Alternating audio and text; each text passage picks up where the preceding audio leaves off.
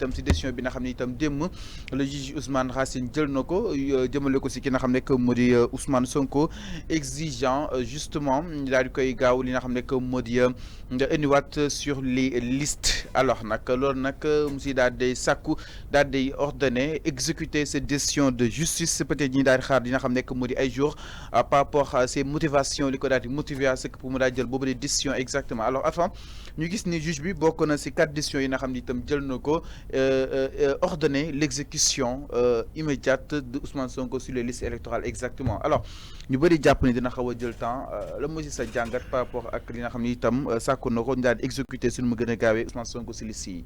Oui, mais c'est normal. Parce que le temps de la justice n'est pas le temps des hommes. Voilà, le temps des politiques. Donc, pour justice, moi, je le temps nécessaire pour moi tout à faire. Parce que la loi doit encadrer, la loi doit pour amener un pourvoi en cassation, ce qu'on appelle un délai requis. Donc, délai, voilà, moi, c'est tout dossier, ça va faire peut-être 10 jours. Délai bi pour que cour suprême mën a statuer ci dossier boobu moo tax dafay xaw a jël temps tuuti mais même aussi loi tamit moo ñëwaat nañu en matière électorale il y a ce qu'on appelle l'urgence devant l'urgence nul n'est tenu donc booy saytu donc dossier boobu mel ni bu dossier Ousmane ñu ne la candidat la aux élections à venir donc dafa ne cour suprême na nga gaawantu ci mbir mi pour nga attee ko pour Ousmane Sonko xam sorom lan la loolu tamit loi électorale moo ñëw wax lu mel ni aussi ñu nañu aussi le pourvoi en cassation n'annule pas aussi annulé wul maanaam lu tukkee ci juge bi parce que aussi juge bu xasee ba prononcé il y a ce qu'on appelle l'applicabilité maintenant l'applicabilité mooy maanaam moom la war a administration yi loolu la war a ñëw loolu la ñu war a def mooy maanaam appliquer lu tukkee ci yoon balaa leneen ñëw parce que le pourvoi en cassation mënuñu ko xaar te élection urgence la loo xamante dafa ne kët la jon donc ñëpp mën a bokk te Ousmane Sonko dafa aspirer pour bokk ci élection yi donc ce qui veut dire que ñoom war nañu seet ci délai bu gaaw pour ñu mën a juger atte yëf yi. alors pour ñu daal di war a mën a atte yëf yi si kanam yoon ak wàllu yoonal exactement donc mi ngi noonu par rapport ak li nga xam ne que moo di wàllu wu nu mel tout en espérant que scénario bi nga xam ni itam amoon na si wàllu Ziguinchor du am fii si Dakar DG mu ne day xarat li nga xam ne que moo di Cour suprême ginnaaw ba les avocats d'État du Sénégal décidé daal di déposer benn recours devant li nga xam ne que moo di les juridictions exactement nous y reviendrons alors Mamour damay daal di ñëwaat si yow. Par rapport ak wàllu wu ni mel exactement ñu gis ni instant bi les agents judiciaires de l'État du Sénégal peut-être bëgg nañ déposer ay recours exactement loolu tamit du daal di suspendre en aucun cas li nga xam ne que moo di décision bi nga xam ni itam franchement le juge rendre na ko niki li nga xam ne que moo di démb. waaw dafa am ñaari communiqué yi nga xam ne moom moo génn démb fait à Dakar le 14 décembre 2023. Le président du tribunal d'instance hors classe de Dakar moom dafa ordonné à ce que ñu réintégrer waat Ousmane Sonko sur les listes électorales malgré l'arrêt de la Cour suprême en date du ci li nga xamante ne non bii nii sax moom xawoon na passé mais démb bi nga xam ne am na beneen communiqué boo xam ne les agents génnee nañ ko ñoom nee nañu.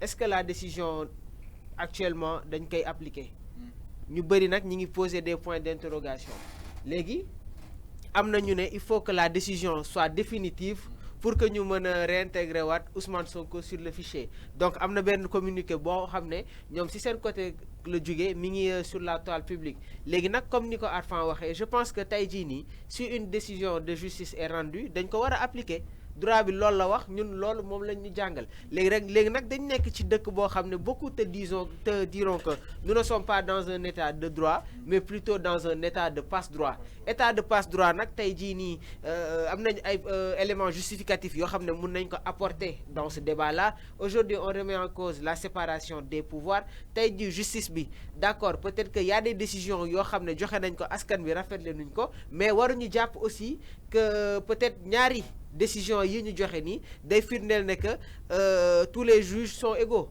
tey jii am na ay juges yoo xam ne à travers leur décision dañ leen remettre en cause mais par contre dañu jël ñaari exemple si le juge du tribunal de Ziguinchor Sabassi Faye ak juge bi nga xam ne démb moom moo joxe une décision teg ko ci droit basant sur li nga xam ne si la texte yi wax donc le plus important je pense que actuellement Fallou am nañu ay juristes yoo xam ne concernant les questions du droit dañu si indil une clarté dañu si indil une clarification donc je pense que il ne doit pas y avoir de débat lorsque une décision de justice est rendue état normal bi mooy ñu appliquer ko et que à ce que ñu veiller que tous les textes yi nga xam ne moom le droit bi wax ñu bañ ko utiliser wala ñu koy instrumentaliser pour atteindre vraiment à des fins politiques sëñ Fallou. Pour atteindre à des fins politiques exactement donc dañuy daal di ñëw si li nga xam ne que mu di communiqué bi nga xam ne itam sànq yaa ngi ko doon def effectivement alors mu daal di jógee si li nga xam ne que mu di le collectif des avocats de l'État du Sénégal alors daal di benn communiqué li nga xam alors dañuy daal di ñëw exactement si communiqué bi nga xam ne itam sànq yaa ngi ko doon wax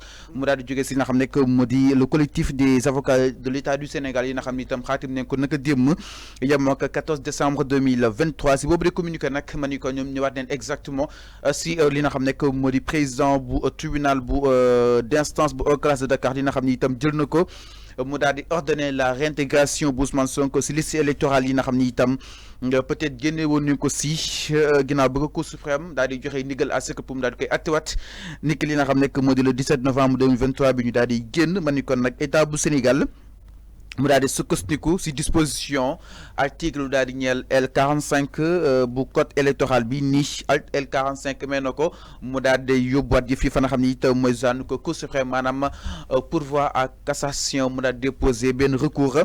En conséquence, la décision du tribunal d'instance de Dakar n'étant pas définitive ni exécutoire, Ousmane Sonko reste radié d'édite liste jusqu'à ce que la cause soit définitivement jugée. Alors avant, ñoom ñi ngi signe et que persister de Maître El Hadji Diouf wax na ko ñu bëri jàppee ko wàllu comédie mais tey ñoom signé nañu Maître El Hadji Diouf signé na Ndeye Anta Mbaye signé na Maître Moustapha Mbaye signé na Maître Ababacar signé na Maître Adama Fall signé na ba si ñoom Maître Yoro Dia ñëpp jàpp ni cette décision n'est pas une décision exécutoire et que fii ak li nga xam ne que moo di yëf yi jeexagul Ousmane Sonko reste toujours radié exactement ban analyse ngay def ci communiqué bi nga xam ni itam ñoom biral nañ ko les avocats de l'État du Sénégal. Tu as bien dit un communiqué des agents judiciaires de l'État. C'est pas le communiqué du juge qui a jugé.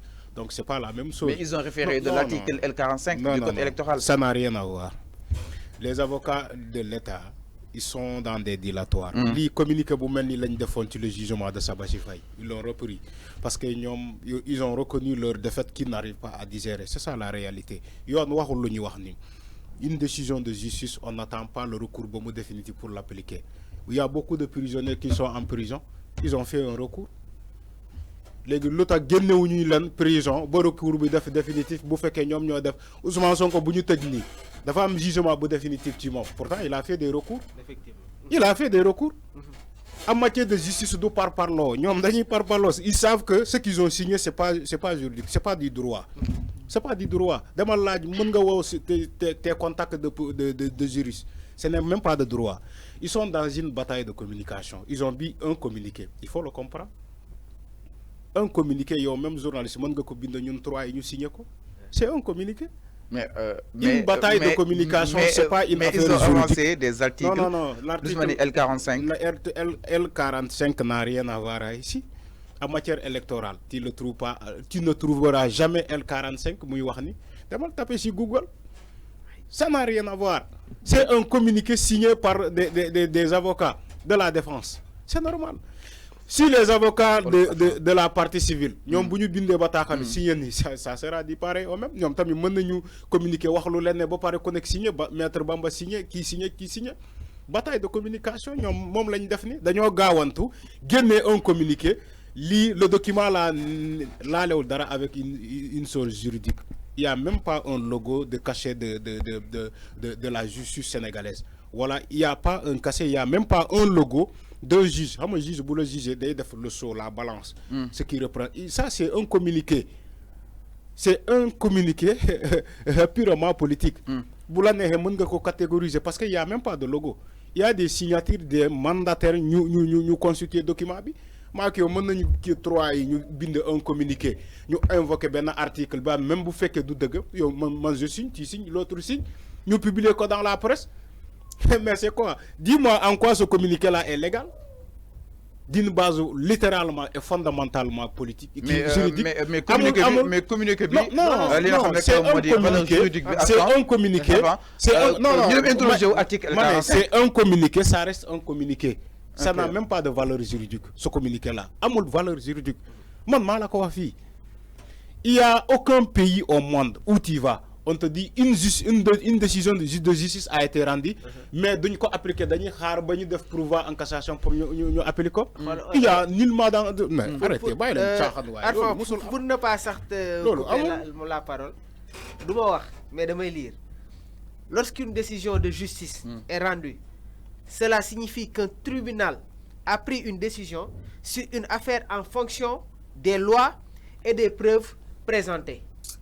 Soumayame Fofo, le juge du tribunal de Ziguinchor, Sabassi Faye, Bimou Djohewe, sa décision, il a apporté des clarifications.